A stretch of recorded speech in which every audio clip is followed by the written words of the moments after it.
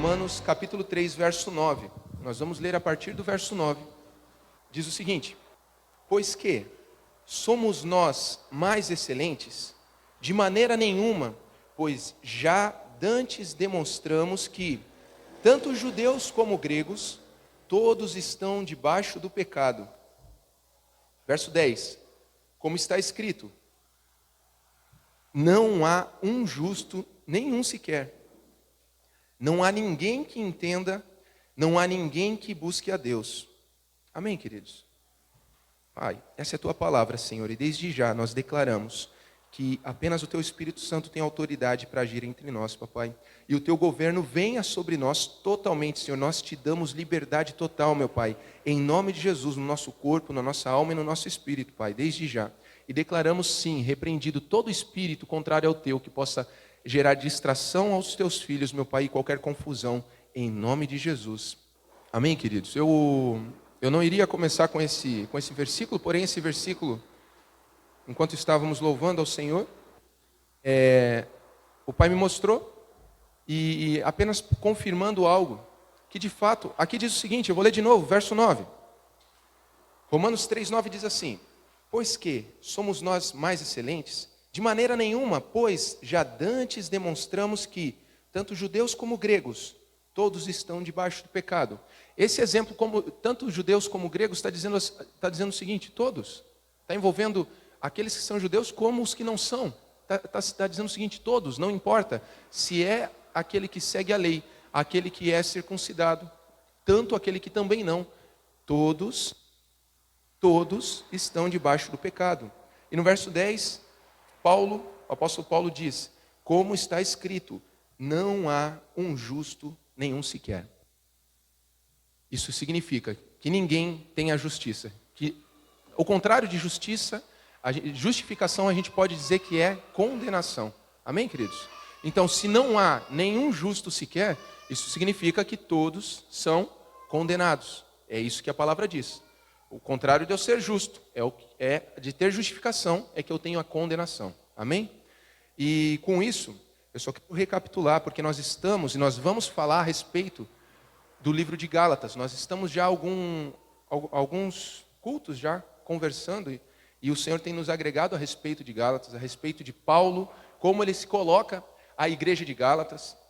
Nós vimos lá atrás que Paulo, quando ele vai se portar, ele vai falar, escrever aos Gálatas, é uma epístola, é uma carta diferente do padrão das outras. Por quê? Em todas as cartas, Paulo se apresenta, certo? E ele cumprimenta os irmãos, se apresenta e dá graças a Deus pela vida dos irmãos. Porém, somente na carta aos Gálatas, Paulo não dá graças a Deus pela vida dos irmãos. Pelo contrário, ele diz estar espantado como a igreja na Galácia, naquela região da Galácia, passou tão depressa do evangelho que ele levou. Então, e isso que nós conversamos, e passou depressa, significa o quê? O evangelho que Paulo levou é o mesmo evangelho, ele mesmo comprova isso no capítulo 1, no início do 2, que os outros 12 apóstolos. Então Paulo traz isso e deixa claro: olha, o evangelho que eu prego é o mesmo dos 12, tanto que eu fiquei anos distante deles, sem pegar nenhuma instrução desses 12 apóstolos, dos 12 que caminharam com o Senhor. Preguei o evangelho, depois de anos, se eu não me engano agora 14 anos, ele foi movido em revelação, foi a Jerusalém estar com alguns deles, e lá para quê? Para apresentar o evangelho que ele pregava. E nessa apresentação, o que eles fizeram? Os 12, vendo o evangelho que Paulo pregava, eles endossaram aquilo que Paulo falou. Amém? O que significa? Eles carimbaram, eles falaram: é isso que Paulo prega é o mesmo que nós recebemos do Senhor, não há diferença alguma. Por que ele fez isso? Por que ele faz questão de colocar isso aos Gálatas? Porque presta atenção aqui, minha igreja, existiam falsos mestres ensinando algo diferente. Paulo pregava que a salvação vem por meio de Cristo, e somente por isso, através da fé no Filho. O que nós recebemos pela salvação é por meio da graça. Ou seja, eu e você somos salvos. Salvo do quê? Lembra lá que a gente leu ali? Não existe nenhum justo, Se eu não sou justo, eu sou condenado. Condenado ao quê? Condenado a viver eternamente longe de Deus, amado. Eu não sei se você sabe, mas todos que pisaram, todos que existiram, vão viver eternamente em algum lugar. Todos vão viver eternamente em algum lugar. A questão é onde? A palavra de Deus, e eu creio na palavra, ela diz que existem duas opções. Uma é eternamente com Deus e a outra é eternamente longe dele. Aí você deduz onde é o longe dele, não preciso falar. Amém, queridos? Mas essa salvação, para nós podermos estar salvos e justos para estar diante de Deus, Paulo diz que é apenas pela graça, não existe outra forma. Amém? E esses falsos mestres vão, e nós falamos isso nos outros cultos, levando o quê? Olha, realmente, a salvação é por meio de Jesus, concordo plenamente. Porém, tu também precisa circuncidar. Então, aqui são judaizantes, levando que ser salvo é por meio de Cristo. Sim, tu tem que confessar Ele como Senhor, mas também precisa fazer algo. Então, é Jesus mais algo. Amém? É Jesus mais algo do teu braço. É Jesus mais uma obra tua. E isso, amado, é simplesmente misturar o Evangelho de Jesus Cristo, que é perfeito. E não deve existir nem nada para misturar. E Paulo está apenas apresentando e confirmando. E eu queria chegar até aqui. Para que a gente possa, aqui no capítulo 2, verso 15, eu quero ler contigo, vai lá. Gálatas 2,15. Nós somos judeus por natureza e não pecadores dentre os gentios, sabendo que o homem não é justificado pelas obras da lei, mas pela fé em Jesus Cristo.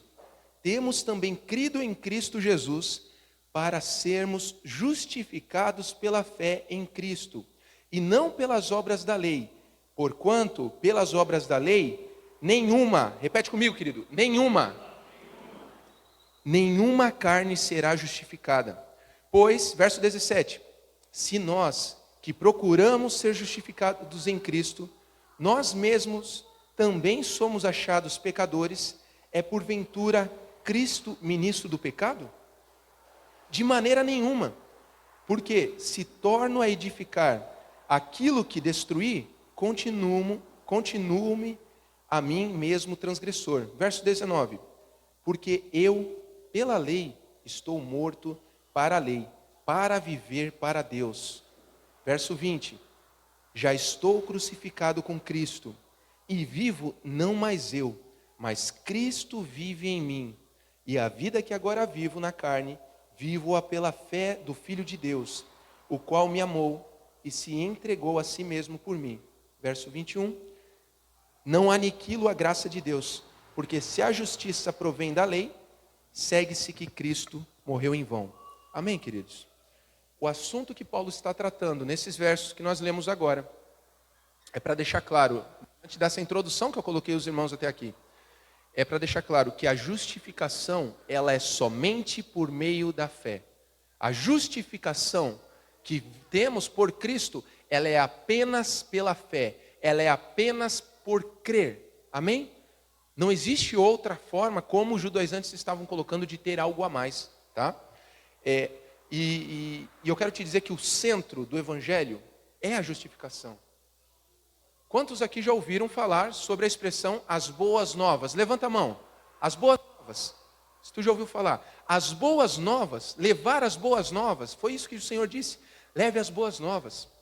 E as boas novas, essa expressão, ela vem quando existia guerra, existia um mensageiro nessa guerra, e esse mensageiro, quando a guerra era vencida, a nação ficava esperando a chegada desse mensageiro para ele trazer as boas novas à nação. E qual que era? Quando a guerra era vencida, ele saía na frente, diante de todo o exército, em direção à nação, para entregar as boas novas, para falar a notícia. Qual é a notícia? Nós vencemos. Essa é a notícia. Entende? E quando Cristo diz para a gente levar as boas novas, queridos, nós vamos na frente para avisar todo aquele que está esperando, todo aquele que não sabe, todo aquele que está em uma batalha ainda. Amém? Falar o seguinte, olha, alguém venceu por nós. Sabe quem está nos representando no campo de batalha lá? É Jesus Cristo. Ele venceu por mim e por ti. Essa é a boa nova. Sabe o pecado que me condena, que me condenava e te condenava? Esse não nos condena mais. Eu quero te dizer, eu não sei se tu já teve a ousadia, querido, de falar para alguém assim, olhar no olho da pessoa e falar: todos os teus pecados estão perdoados.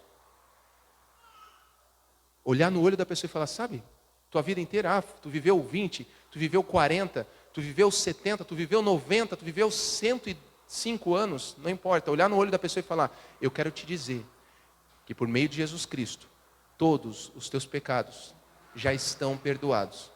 Para todo aquele que crê no Filho, nós nos tornamos justos, e a justificação é o centro do Evangelho, que alguém fez por nós. O cristianismo, ele não existiria se não fosse por isso. Outras religiões pregam coisas diferentes, mas o cristianismo, ele deixa claro, querido, que não existe nada que nós podemos fazer para nos tornarmos santos, para nos tornarmos justos. Eu e você somos capazes de fazer qualquer coisa. Amém? Existem outras religiões que de fato levam uma mensagem que é necessário fazer algo. Que a religião ensina você a fazer algo, a conquistar algo lá na frente. Agora, nós somos cristãos. Cristão significa ser um pequeno Cristo, ter Jesus como o exemplo e como a imagem real para que a gente possa imitar. Amém, queridos? Amém? E isso significa, querido, que Ele venceu por nós. Não há nada que eu e você podemos fazer. Ele já fez. O nome disso é graça. É pela graça que nós somos salvos. Tá? Isso é justificação. O que é justificação de fato? Eu comentei com os irmãos. Nós somos justos, e a única forma de eu ser justificado é pela fé. Não existe outra forma, não tem nada que eu e você podemos fazer. E a justificação é o oposto da condenação, ou seja, é declarar então alguém sem culpa, inocente, uma pessoa justa. Amém? Eu quero que tu abra em Romanos 3:24, por favor. Sendo justificados gratuitamente pela sua graça, pela redenção que há em Cristo Jesus. E eu não lembro agora se eu comentei com os irmãos aqui, ou foi na maturidade, porque de fato o povo, ele não sabia da existência do pecado até então. No momento, foi na maturidade? Obrigado, já. O povo, ele não sabia da existência do pecado lá atrás do quê? Antes da lei. Antes das tábuas da lei. Como que o povo sabia o que era pecado se não existia a lei para dizer o que era pecado? Então não existia padrão, simplesmente viviam. Amém? Viviam e eu quero ler um texto contigo. Por quê? A palavra de Deus diz que o homem é pecador. E vai em Eclesiastes 7, capítulo 7, verso 20. Eclesiastes 7:20. Os irmãos podem acompanhar comigo aqui? Está projetando? Diz o seguinte: na verdade, que não há homem justo sobre a terra, que faça o bem e nunca peque. Amém, queridos? Essa é a palavra dizendo, tem algum homem justo? Não, a palavra mesmo deixa claro que não existe nenhum justo. Amém? E que nunca peque. E aí, por causa disso, o homem vivendo no pecado, sem saber, imagina como você iria dirigir. Quem é que dirige aqui? Quem é que tem carteira motorista e tem carro e dirige? Levanta a mão. Amém. Tem uns irmãos que não dirigem mesmo. E como é que você iria andar pela rua se simplesmente você não soubesse qual é a velocidade permitida, onde pode entrar, quem é que tem a vez, onde parar, onde não parar? O que aconteceria? Seria um caos. Seria uma Índia, né? A Índia lá diz que tem bicicleta, moto, elefante, e eles vão cruzando, lá não tem regra no negócio. Amém? Mas alguns irmãos se identificam já. E por causa disso, irmão, o povo caminhando sem direção, Deus mandou algo. Deus mandou um prumo. Olha só. Agora eu estou falando de prumo. Já falei de prumo para os irmãos? Foi na maturidade? Poxa vida, os irmãos da maturidade, eu quero dizer que os irmãos da maturidade estão recebendo o culto adiantado. Né? E receberam um prumo. O que é o prumo, amado? O prumo, quem é que sabe o que é prumo? Levanta a mão, irmão. Quero ver a tua mão agora, levanta. Amém? Quem é que não sabe o que é prumo? Seja sincera, irmã. Aliás, a irmã não sabe o que é prumo. Ó, a Aurora não sabe o que é prumo. Tem mais gente que não quer falar. Olha, David, isso aí, David. Queridos, eu tenho uma dificuldade com essas coisas, então por causa disso, por exemplo, eu aprendi algumas coisas de construção com algumas pessoas que tiveram paciência de me ensinar. E hoje eu sei, por exemplo, o que é um parafuso track, né? Deus mandou o prumo, e o prumo é a lei. A lei foi colocada para nós, nunca, a lei em nenhum momento foi posta para que o homem cumprisse ela, mas foi colocada para mostrar qual é o padrão de justiça de Deus. As leis vieram para nos aprumar e dizer assim, ó, o povo está andando sem direção, eles não sabem qual é o meu padrão de justiça. E o padrão de justiça é elevadíssimo, amado. É muito alto. E a lei foi posta não para ser cumprida, mas para mostrar que eu e você estamos fora do prumo. E a única forma da gente entrar na justiça de Deus, para seguir numa linha que realmente faz sentido, que o padrão dele é o mais elevado que pode existir, nenhum homem é capaz de fazer algo no padrão de Deus, que ele é o próprio padrão, é somente nos colocando e nos voltando para ele. Eu e você somos incapazes de conseguir seguir reto, se a gente puder usar essa analogia, sozinhos. Entende, querido? E antes, sem a lei, nós não sabíamos nem que estávamos todos tortos. A lei veio para aprumar e mostrar, essa é a direção. E aí a gente vê o quê? Realmente, eu não consigo seguir nessa direção. A lei nunca foi feita para ser cumprida de fato, querido. Por quê? A gente acabou de ler nos textos, ninguém, homem algum, é considerado justo, sem pecado. Todos são pecadores. Amém? Eu quero ler contigo 2 Coríntios 5:21, abre na tua Bíblia. Diz o seguinte: aquele que não conheceu o pecado, o fez pecado por nós, para que nele fôssemos feitos justiça de Deus. Aleluia, querido. A palavra de Deus deixa claro, ele não conheceu o pecado, mas ele se fez pecado. O pecado se materializou nele. Qual pecado? Todos. De quem? De todos. Todos os pecados de todas as pessoas se materializaram nele. E ele pegou tudo isso e cravou na cruz. Pagou o preço, meu e teu. Qual o pecado, querido? Aquele que eu já pequei lá atrás, antes de conhecer Jesus. Não, amado, eu quero dizer todos. Para Deus é onisciente, onipotente e onipresente. Ele sabe o que tu fez, sabe o que tu fazia, sabe o que tu fez hoje e com certeza sabe o que tu vai fazer. Então, quando ele morreu pelos nossos pecados, é por todos, inclusive aqueles que tu vai cometer. Sabe para quê? Para resolver de uma vez por todas a questão do pecado. O pecado não é mais um problema na tua vida nem na minha vida. Poxa, mas eu erro tanto e é tanta coisa que eu faço, eu tenho que me comportar bem. Querido, tu não vai se comportar bem se tu tentar fazer isso pelo teu braço. Toda vez que tu tenta fazer, eu vou conseguir. Eu quero te dizer, tu não vai conseguir mudar o teu comportamento pelo teu braço. A gente já falou isso e o Senhor tem colocado isso ao meu coração e a gente precisa compreender. Eu penso que o Senhor quer deixar claro que existe um peso de condenação para a cidade de Araquari.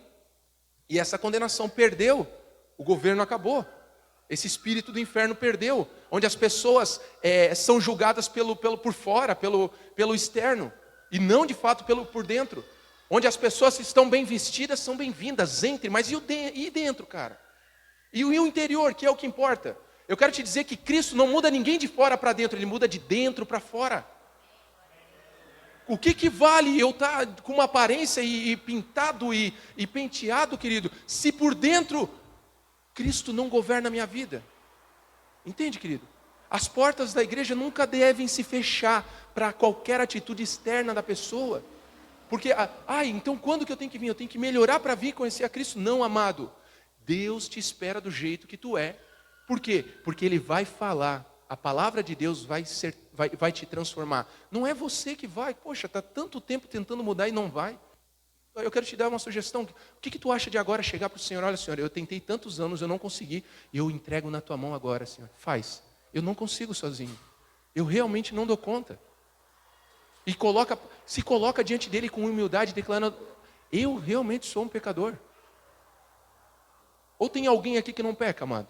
Tem algum super santo que não peca aqui? Não preciso nem falar, se a gente falar do dia. Entende, amado? Só que o pecado não te condena mais. Não te condena mais. O que tu precisa fazer? Crer no Filho. Só isso. Só isso. Amém? Ser justificado é mais que ser perdoado. Eu quero dar esse exemplo para os irmãos também. Nós fomos sim perdoados e nós somos justificados. Então, fica claro o seguinte, ser perdoado, eu acho que eu já dei esse exemplo também, mas quando um assassino é perdoado, amém? Um assassino, ele é perdoado. Por mais que ele seja perdoado, ele ainda é um assassino. Para esse assassino deixar de ser um assassino, mesmo que não tenha mais culpa sobre ele, certo? Ele precisaria de uma forma milagrosa nascer de novo. Eu quero te dizer que eu e você, por meio de Cristo, com Ele fomos crucificados e nós nascemos de novo com Ele. A nossa realidade muda. Portanto, querido, nós somos justos. O assassino que era perdoado, em Cristo ele tem uma nova vida. Amém? A justificação é simplesmente nascer de novo. De que forma? Justa. Onde as coisas velhas já passaram, eis que tudo se fez novo. Isso somente o Evangelho de Jesus Cristo, da graça, pode nos conceder. E é essa graça que nós precisamos ter certeza. Sabe o dedo que vem e te acusa, apontando, e às vezes esse dedo é isso aqui, ó. É o teu próprio dedo apontando para ti. Você olha normalmente é isso. Né? Tu se aponta e diz, poxa vida, como que tu é falho? Pois é. Eu sou falho mesmo, eu sei. Mas Cristo é quem me representa. E ele é justo. E por meio dele eu sou justo. Tu entende isso, querido? Amém, igreja?